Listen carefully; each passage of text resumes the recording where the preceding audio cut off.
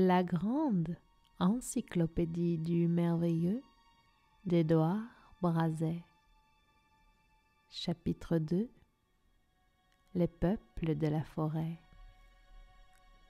Les peuples de la forêt sont nés dans la sylve sauvage et primordiale qui jadis recouvrait les continents d'un maillage serré d'arbres, dans lequel nul humain n'aurait osé s'aventurer sans précaution. Car si les voyageurs et promeneurs qui s'égarent dans les bois n'en reviennent souvent pas, c'est parce qu'ils risquent d'y croiser à leurs dépens ces divinités de la nature, parfois bienveillantes, comme les fées, souvent taquines, comme les farfadets, parfois hostiles, comme les amazones, les feux follets ou les satyres. Amazones. Les Amazones étaient dans l'Antiquité des femmes sauvages, vivant dans l'obscurité des forêts et formant des communautés guerrières fort redoutées des autres peuples. Leur nom vient de Mazos, mamelle, précédé du A privatif. Amazone signifie privé d'un sein, car ces femmes n'hésitaient pas à procéder à l'ablation de leur sein droit pour ne point être gênées lorsqu'elles tiraient à l'arc. Elles s'accouplaient avec les hommes de pays voisins et, après avoir accouché, leur renvoyaient les enfants mâles ne conservant que les filles. En dehors de leur art de la guerre, les Amazones pratiquaient la magie et étaient capables de paralyser les hommes par le simple pouvoir de leurs pensées. Ces guerrières farouches, contre lesquelles s'unirent les Hittites, les Mitanniens et les Achéens pour mieux les exterminer, portaient en guise de talisman une ceinture qui leur avait été donnée par Mars ou Arès, le dieu de la guerre. L'Amazone Ménippe donna sa ceinture à Hercule pour lui transmettre sa force. Dans sa bibliothèque historique, l'écrivain grec Diodore de Sicile explique que les Amazones traversèrent une grande partie du monde et firent la guerre à divers peuples, dont les Atlantes. Leur reine avait pour nom Myrina. Myrina, reine des Amazones, assembla, dit-on, une armée de 30 000 femmes d'infanterie et de 20 000 de cavalerie. Elle s'appliquait plus particulièrement à l'exercice du cheval à cause de son utilité dans la guerre. Elle portait pour arme défensive des peaux de serpent, car la Libye produit des reptiles énormes. L'armée des Amazones se rendit jusqu'au pays des Hespérides, où vivait une nation de géantes, les Gorgones, au regard pétrifiant. À la suite de cette bataille, reprend Diodore de Sicile, Myrina fait brûler sur 3 bûchers les corps de ses compagnes tuées et elle fit élever avec de la terre 3 grands tombeaux qui s'appellent encore aujourd'hui tombeaux des Amazones. Banshee. En Écosse et en Irlande, la Banshee ou Banshee est une fée ou une revenante attachée à certains clans de souches anciennes qui apparaît en poussant d'horribles hurlements pour annoncer le décès prochain du seigneur ou de l'un des membres de la famille à laquelle elle est liée. Le cri de la Banshee. Pour qui le connaît, le cri de la Banshee est si terrifiant qu'il glace le sang dans les veines et blanchit prématurément les cheveux de celui qui l'entend. On dit qu'il rappelle tout à la fois le hurlement du loup, le cri d'une oie sauvage, les pleurs d'un enfant abandonné et les plaintes d'une femme en train d'accoucher. De plus, il est si puissant qu'il est capable de réveiller le dormeur le plus récalcitrant et de couvrir le vent le plus violent. En Irlande, la banshee apparaît souvent sous la forme d'une femme à la longue chevelure hirsute, vêtue d'une robe verte et d'un manteau gris. À force de pleurer, ses yeux sont rouge sang. Walter Scott explique qu'en Irlande, on assigne à certaines familles d'une origine très ancienne et d'un rang distingué le privilège d'avoir une banshee, comme on l'appelle, ou fée domestique, dont les fonctions sont de se montrer en versant des larmes pour annoncer la mort prochaine d'une personne de cette race privilégiée. Si je suis bien informée, l'honneur d'avoir une banshee n'est accordé qu'aux familles de pure origine milésienne et n'est jamais partagé par aucun descendant du plus fier normand ou du plus audacieux saxon qui ait jamais suivi la bannière du comte Strongbow, bien moins encore à ceux des aventuriers qui se sont établis dans l'île verte à une date plus récente. Lady Wilde, la mère d'Oscar Wilde, ajoutait aux protégés des banshees les musiciens et les poètes. Seules certaines familles de haut lignage historique où les personnes douées pour la musique et la chanson sont protégées par cet esprit. Lady Wilde classe nettement la banshee parmi les revenantes. Parfois, la banshee prend la forme d'une douce vierge chantante, morte jeune, et à qui les pouvoirs invisibles ont donné la mission de devenir l'annonciatrice des deuils qui vont frapper ses descendants. Ou bien, on peut la voir sous la forme d'une femme enveloppée d'un suaire et tapie sous les arbres, en train de se lamenter derrière sa face voilée.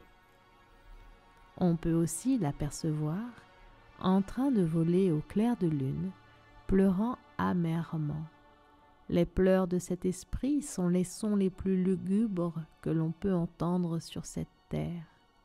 Il présage à coup sûr la mort de l'un des membres de la famille lorsqu'on les écoute dans le silence de la nuit.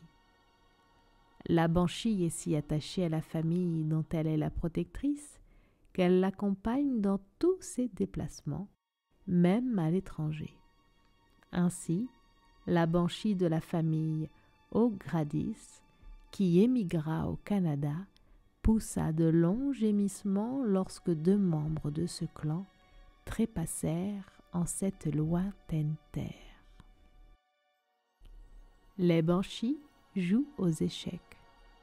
Selon Walter Scott, les clans d'Écosse étaient également placés sous la protection d'une banshee, dont le rôle allait plus loin encore que celle d'Irlande. Plusieurs familles des montagnes d'Écosse prétendaient autrefois à la distinction d'avoir un esprit domestique qui remplissait les mêmes fonctions que la banshee d'Irlande. Cependant, les devoirs de cet esprit, dont la forme et l'extérieur variaient suivant les occasions, ne se bornaient pas à annoncer la mort de ceux dont les jours étaient comptés.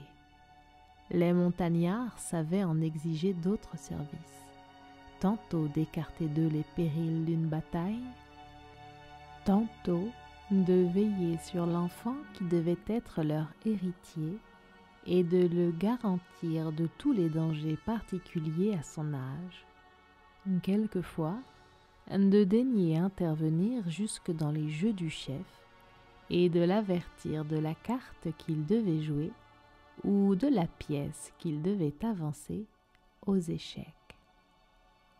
À l'appui de ces dires, Walter Scott cite le cas d'un de ses ancêtres qui avait à sa disposition l'un de ces dévoués fantômes. Parmi ces esprits qui ont bien voulu prouver leur existence dans les temps modernes est celui d'un de nos ancêtres de la famille MacLean de Lochbuy. avant la mort d'un des descendants, ce fantôme chef galope le long du bord de la mer, près du château, et annonce cet événement par ses cris et ses lamentations. On dit que ce spectre avait fait sa ronde et poussé ses cris pendant quelques années, quand on apprit la mort du brave chef de cette famille, tandis qu'il servait à Lisbonne sous Lord Wellington. Et par conséquent, quoiqu'il fût très affligé, il n'en fut nullement surpris. Dans les Highlands d'Écosse, une banshee surnommée la laveuse du guet lavait les vêtements de ceux qui allaient périr au cours d'une bataille. La banshee des MacLeod hissait chaque matin le drapeau aux armes de la famille et berçait l'enfant héritier dans son lit. Quant à la banshee du clan des Grant, au XVIIe siècle, elle indiquait à son seigneur les coups gagnants aux échecs. Centaure. Hommes-chevaux, dans l'Antiquité grecque, les centaures ont le bas du corps d'un cheval et le torse et la tête d'un homme. Ils vivaient en Thessalie, puis dans le Péloponnèse. Le plus célèbre d'entre eux, Chiron, renommé pour sa sagesse, fut l'instructeur du héros Héraclès ou Hercule. Dans les Métamorphoses, Ovide raconte la guerre menée par les centaures contre le peuple des Lapites. Le roi Pirithous avait invité les centaures à son mariage pour conclure la paix avec eux, mais les hommes-chevaux s'enivrèrent, déclenchèrent une bagarre et enlevèrent les femmes présentes, dont la reine elle-même. Au cours du combat qui s'ensuivit, de nombreux centaures furent tués. Alliant en eux la force, la lubricité et le goût pour le vin, les centaures n'honorent que deux dieux, Eros, dieu de l'amour, et Dionysos, dieu du vin et de l'ivresse divine. Dame blanche. Ces dames, toujours vêtues de blanc, sont tantôt considérées comme des fées bienfaisantes et espiègles, tantôt comme des fantômes de nobles châtelaines mortes en de tragiques circonstances, qui reviennent sur les lieux où elles vécurent pour protéger leurs descendants ou les prévenir de leur trépas futur, comme les banshees d'Irlande et d'Écosse. En Allemagne, Dame Bertha était une dame blanche qui apparaissait à la naissance des héritiers des maisons princières.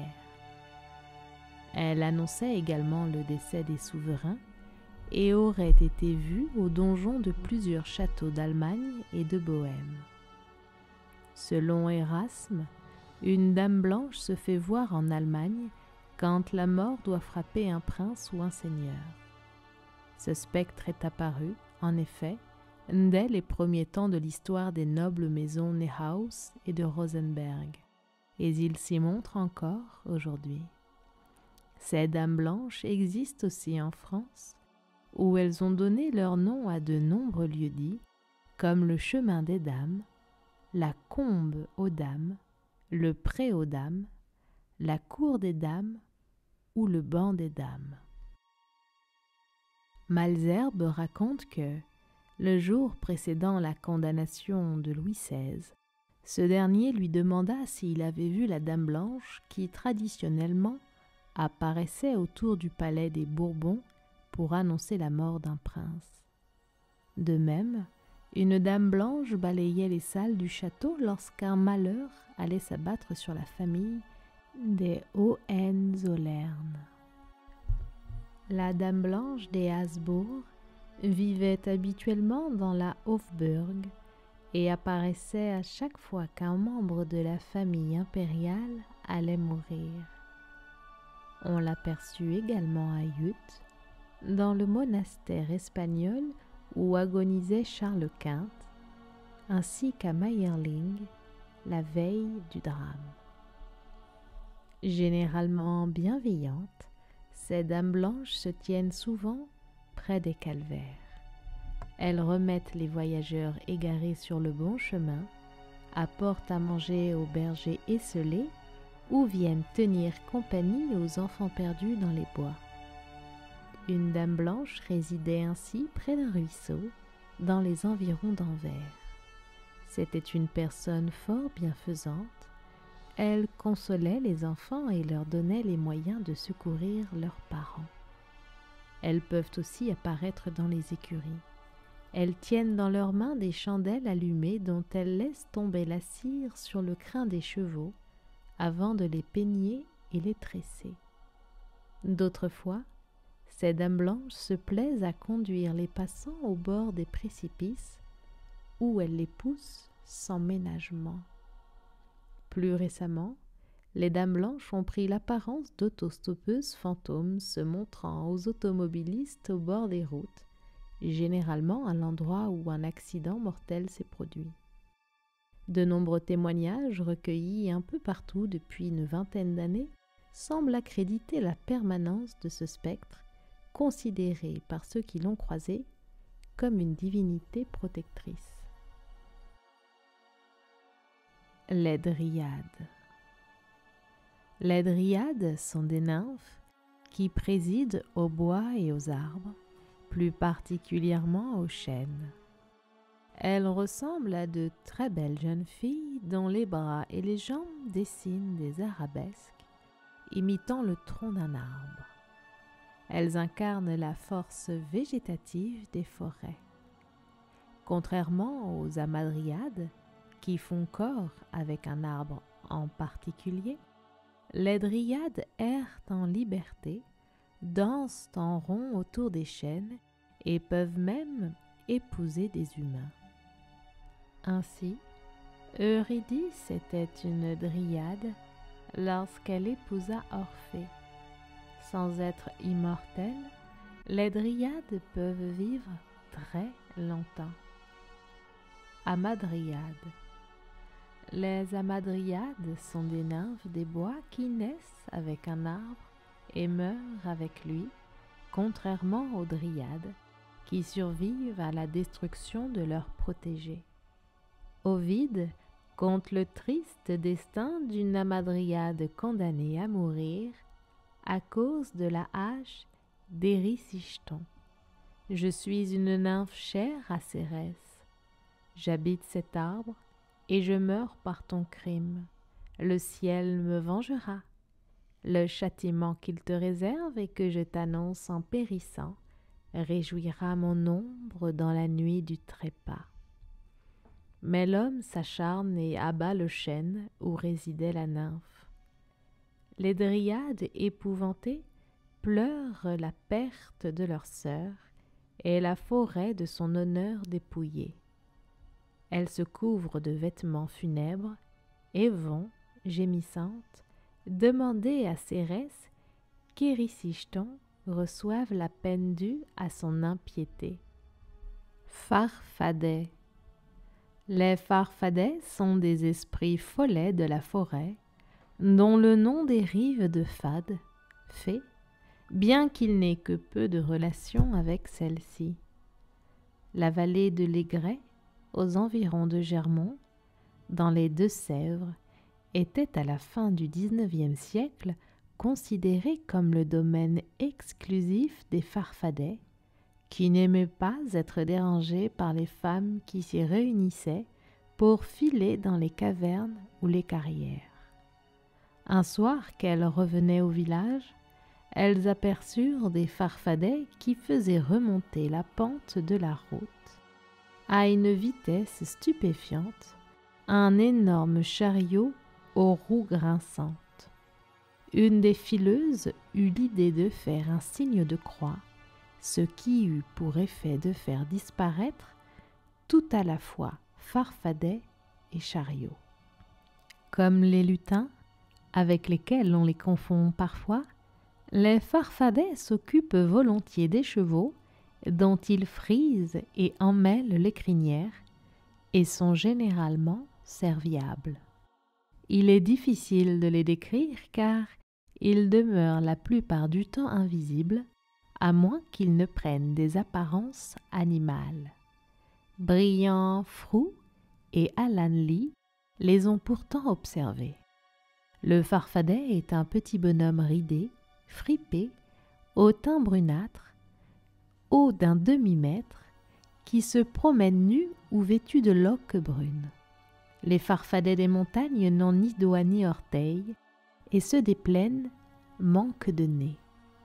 Si à l'état sauvage le farfadet tient sa résidence dans quelque taupinière de la forêt, il joue parfois le rôle d'un esprit servant lorsqu'il s'attache à une maison ou à une ferme. Il veille alors sur les troupeaux et la tenue de la maisonnée, moissonne, bat et fauche le blé et achève les tâches que n'ont pas eu le temps de terminer les domestiques, non sans avoir puni ces derniers de leur paresse ou de leur négligence en leur assenant une volée de bâtons. Pour tous ces services, le farfadet ne demande qu'un salaire insignifiant. En échange de sa peine, le farfadet ne veut rien de plus qu'un bol de crème ou de bon lait avec un gâteau au miel. Qu'on veuille lui donner plus, il se froisse et s'en va, ce qui arrive souvent quand la générosité maladroite du maître de maison lui fait laisser au farfadet des vêtements neufs. Il s'exclame alors : « Qu'avons-nous là, chanvrerie, chanvray ? Plus ne sauterait ici, plus ne marcherait. » La partie concernant les fées fera l'objet d'un épisode entier dans la mesure où nous avons beaucoup de choses à dire sur ces petites créatures. Feux follets. Les feux follets apparaissent sous la forme de petites flammes, de flammerolles, de boules de feu ou d'émanations phosphorescentes qui se manifestent la nuit, notamment durant la période de l'Avent, dans les forêts désertes, près des tombes des cimetières ou au-dessus des marécages. Contrairement aux follets et folletis, que l'on classe avec les farfadets, les feux follets sont des âmes en peine réclamant des prières pour sortir du purgatoire, des âmes d'enfants morts sans baptême ou des esprits malfaisants qui cherchent à conduire les passants au fond des étangs ou au bord des précipices. Dans les Landes, le fantôme du curé de Comensac, l'abbé Ducasse, apparaissait en 1822 sur un chemin situé au nord du village, en surplis et étole. Mais il ne s'agissait que d'une illusion. Ce chemin bordait un marais et le peuple avait pris pour un revenant les feux follets qui s'élevaient par intervalles du milieu des marécages. À Pont-Audemer, dans l'Eure, les feux follets étaient des spectres de femmes ayant péché durant leur vie, condamnées à revenir sous cette apparence durant 7 ans. En pays de Galles, les feux follets sont des esprits venus chercher un parent près de mourir. La taille de la flammerolle correspond à l'âge de l'agonisant. Un petit feu follet annonce la mort d'un enfant. En Angleterre, les feux follets ont pour nom Jack with the Lantern, Jack à la lanterne, ou Will o' the Wisp, Will au tortillon. Ces Ignifatus, esprits du feu, sont représentés comme de jeunes garçons porteurs de lanternes qui entraînent les voyageurs égarés dans la forêt au bord des précipices. Puis ils soufflent leurs bougies et précipitent les malheureux au fond du ravin. En pays de Galles, ce sinistre jeu est le fait du Pouka ou Pouka, lutin follet, à qui l'on attribue 1000 autres facéties de mauvais goût. Comment s'en débarrasser? Il suffit de se signer ou de planter une aiguille en terre. Les feux follets doivent passer à travers le chat et l'on peut mettre à profit ce délai pour s'enfuir. Pour échapper aux feux follets des étangs, il faut jeter une pierre dans l'eau. Persuadés qu'ils sont arrivés à leur fin, les feux follets se précipitent alors dans l'onde en ricanant.